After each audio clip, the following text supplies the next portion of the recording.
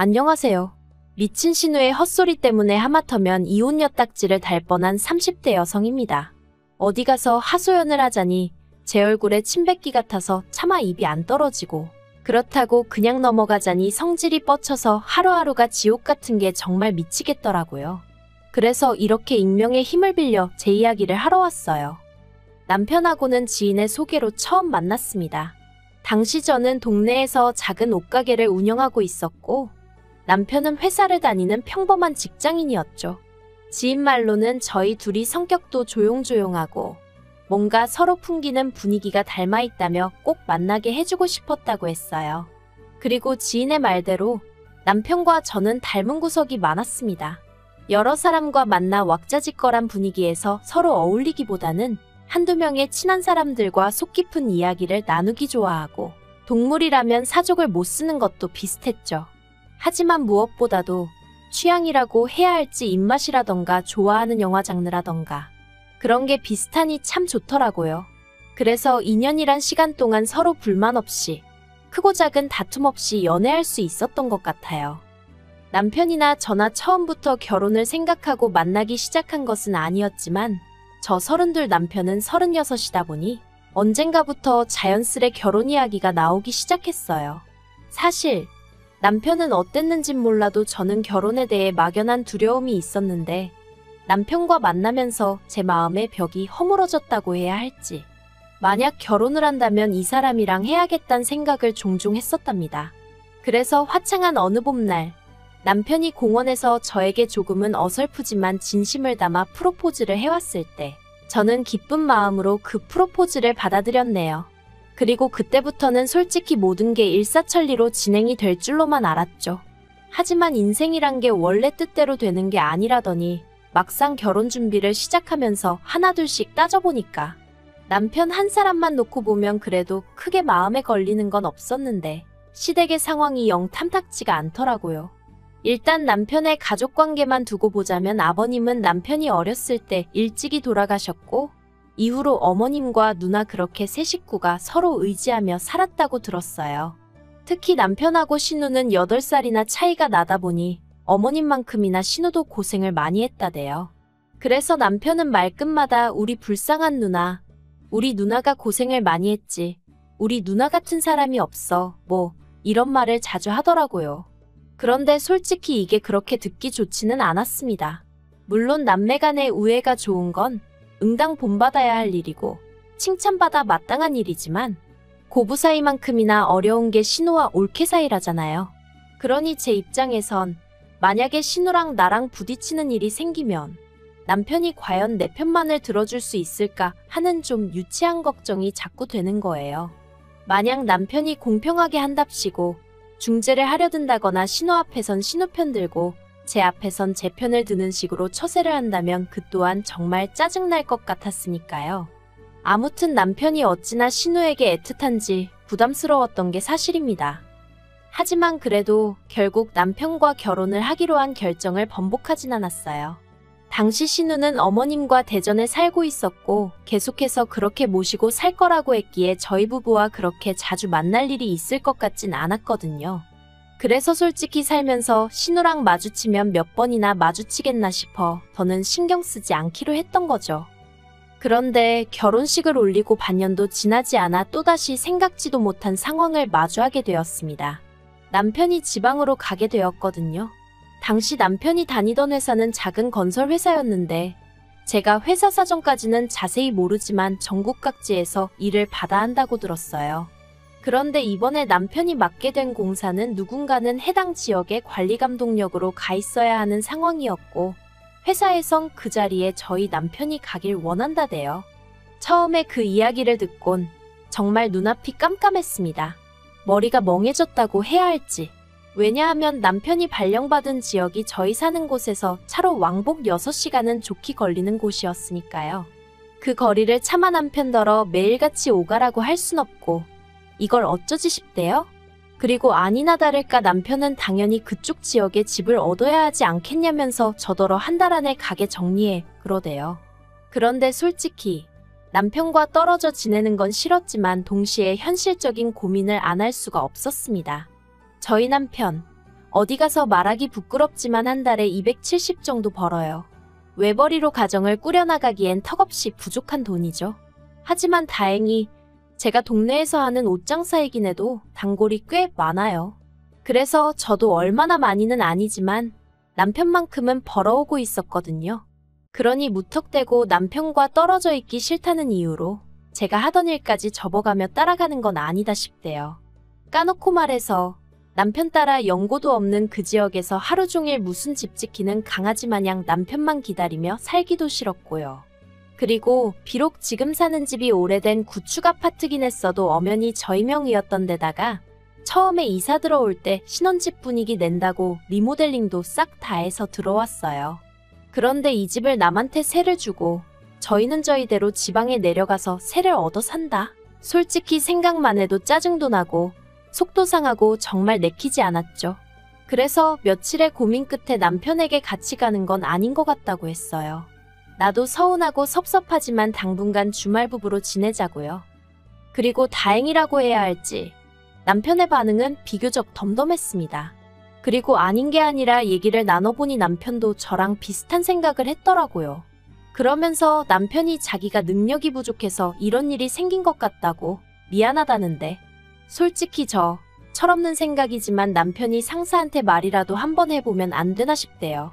막말로 남편 회사 사람들이래봤자 많지도 않고 저희 결혼한 지 얼마 안 된 거 다 알 텐데 이런 시기에 지방 발령을 꼭 내야 하는 건지 한번 따져보라고 하고 싶었죠. 하지만 저희 남편 솔직히 그런 주변머리가 없어요. 그러니 위에서도 저희 남편을 꼭 집어 발령을 낸 걸지도요.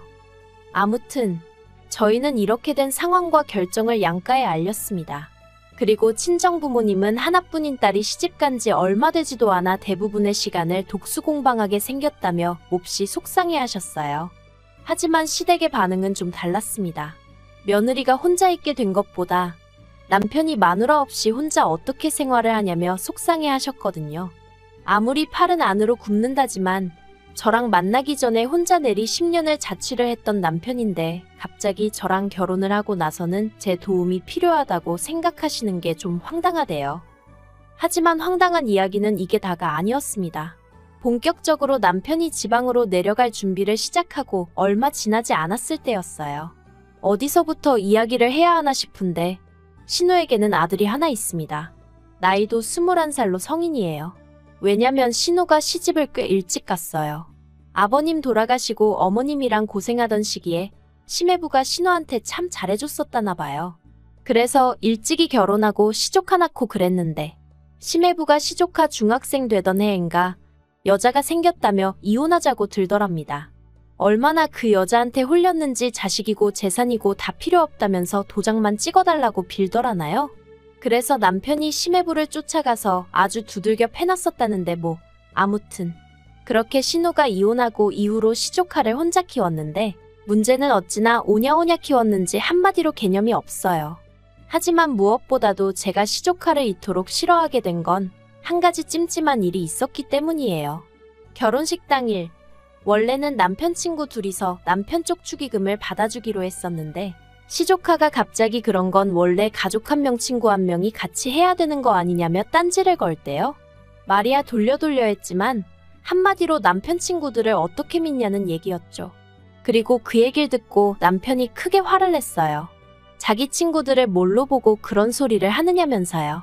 하지만 옆에 있던 신우가 아주 틀린 말도 아니라면서 그러니까 그냥 깔끔하게 자기 아들이랑 친구 한 명이랑 돈 받으라 해 하는데 그래서 결국 자의반타의반으로 조정을 하게 되었죠. 그런데 며칠 뒤 남편과 제가 그날 고생했다는 뜻으로 남편 친구에게 밥을 사게 되었는데 어느 정도 분위기가 무르익었을 무렵 친구가 조심스럽게 이 얘기를 어떻게 해야 할지 모르겠다면서 그래도 알려주는 게 좋을 것 같다고. 시조카가 축의금에 아무래도 손을 댄 것 같다는 거예요. 자기가 급한 전화를 받느라 잠깐 자리를 비웠었는데 그때 시조카가 봉투 몇 개를 숨기는 것 같았다면서요. 아, 정말이지 그 이야기를 듣는데 심란하더라고요. 그래서 남편을 쳐다봤는데 남편 표정이 마치 뭔가 이미 알고 있는 사람 같았달까요? 그래서 그날 집으로 돌아오는 길에 아까 당신 친구가 한 말이 너무 신경 쓰인다며 남편 반응을 슬쩍 떠봤습니다. 그러자 남편이 실은 자기도 마음에 걸리는 부분이 있긴 한데 그래도 혹시나 자기가 잘못 생각한 거면 뒷일을 어떻게 수습하나 싶어 그냥 넘어갔다며 그냥 이 일은 묻고 가자대요. 하지만 제 성격이 원래 옳고 그른 건 꼭 따져야 하는 편이라 결국 남편 축의금 명부를 옆에 펼쳐놓고 남편을 붙들어 앉혀놓고 하나씩 계산을 맞춰나갔습니다.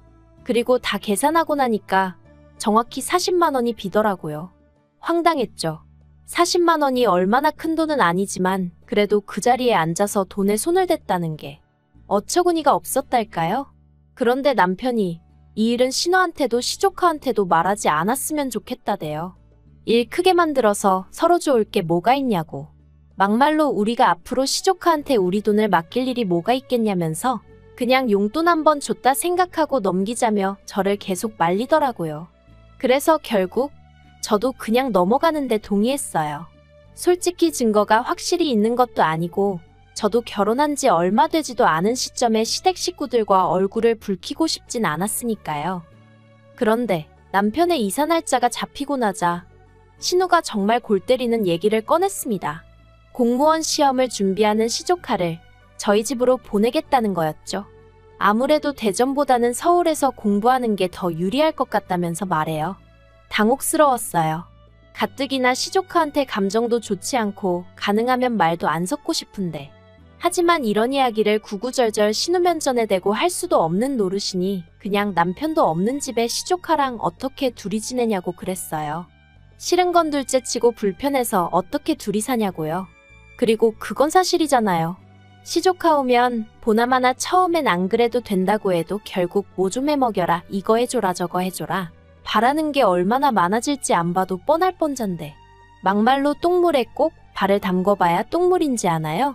흙탕물도 찝찝하면 피해가는 게 상책인 마당에 게다가 남편한테나 가족이지 저랑은 피 한 방울 안 섞인 남남이고 어엿한 성인 남잔데 아무튼지간에 상상만 해도 불편해서 안 된다고 했습니다. 그랬더니 신우가 보이는 반응이 정말 가관이었어요. 저더러 결혼했으면 피가 섞였건 안 섞였건 다 한 가족인데 저야말로 가족을 상대로 무슨 생각을 하는 거냐면서 평소에 뭘 보고 듣고 살면 그런 생각을 할 수가 있냐는 거예요. 아니 요새 뉴스도 안 보나? 아무튼 싫다고 절대 안 된다고 했습니다. 그리고 한 3일은 잠잠하더라고요. 남편도 제가 신우랑 통화한 걸 알 텐데 가타부타 말이 없고 그래서 어쨌든 신우가 내 말 뜻을 이해했나 보다 다행이다 생각했죠. 그런데 그건 순전히 제 착각이었습니다. 그날도 평소와 다름없이 가게에 나갔는데 날씨가 더워서 그런가 유난히 손님이 없더라고요. 그래서 그냥 오늘은 가게 문을 일찍 닫을까 생각을 하고 있었는데 갑자기 신우한테 전화가 걸려오대요. 이걸 받을까 말까 고민하다 피한다고 평생 피해질 것도 아니다 싶어서 결국 전화를 받았습니다. 그러자 신우는 왜 이렇게 전화를 늦게 받냐며 신경질을 내더니 이내 날카로운 목소리로 자기가 곰곰이 생각을 해봤는데 이건 제 의사를 물어볼 문제가 아니라면서 무조건 시조카를 올려보낼 거니 그런 줄 알랍니다. 그리곤 한다는 소리가 막말로 저희 남편이 지방으로 내려가고 나면 제가 저희 집에 누구를 불러드릴지 어떻게 하냐면서 저를 지켜보기 위해서라도 시조카를 보내놔야겠대요. 그러면 저는 시조카가 딴짓 안 하고 공부 열심히 하나 봐주고 그리고는 제가 좋든 싫든 자기가 그렇게 해야 마음이 편할 것 같아서 그런 거니 더는 이러쿵저러쿵 따지고 들지 말랍니다. 그래서 제가 웃기지도 않는 소리 좀 하지 마시라고 진짜 그렇게 하시면 저도 가만히 안 있을 거라고 소리를 질렀죠. 그런데 남편이 지방으로 내려가고 이틀 뒤 기어이 신우가 일을 벌였습니다. 사과상자 2박스랑 시조카를 데리고 저희 집에 왔으니까요. 어이가 없어서 제가 지금 이게 뭐 하는 짓이냐고 했어요. 그랬더니 자기가 분명히 얘기하지 않았냐면서 오히려 절 이상한 사람처럼 보는 겁니다. 그리고는 정말 무대뽀처럼 시조카를 앞세워 저희 집으로 들어가는데 도저히 저 혼자 힘으론 안 되겠다 싶어서 경찰을 불렀네요. 신우는 제가 경찰을 부른지도 모르고 작은 방에 시조카랑 같이 짐을 풀고 있었습니다. 하지만 그러고 10분도 되지 않아 경찰 2명이 왔고 저는 저 사람들이 지금 내 집에 무단으로 들어왔다고 설명을 했죠. 그런데 신우는 사태 파악이 안 된 건지 오히려 자기가 그 경찰들한테 하소연을 하기 시작하대요.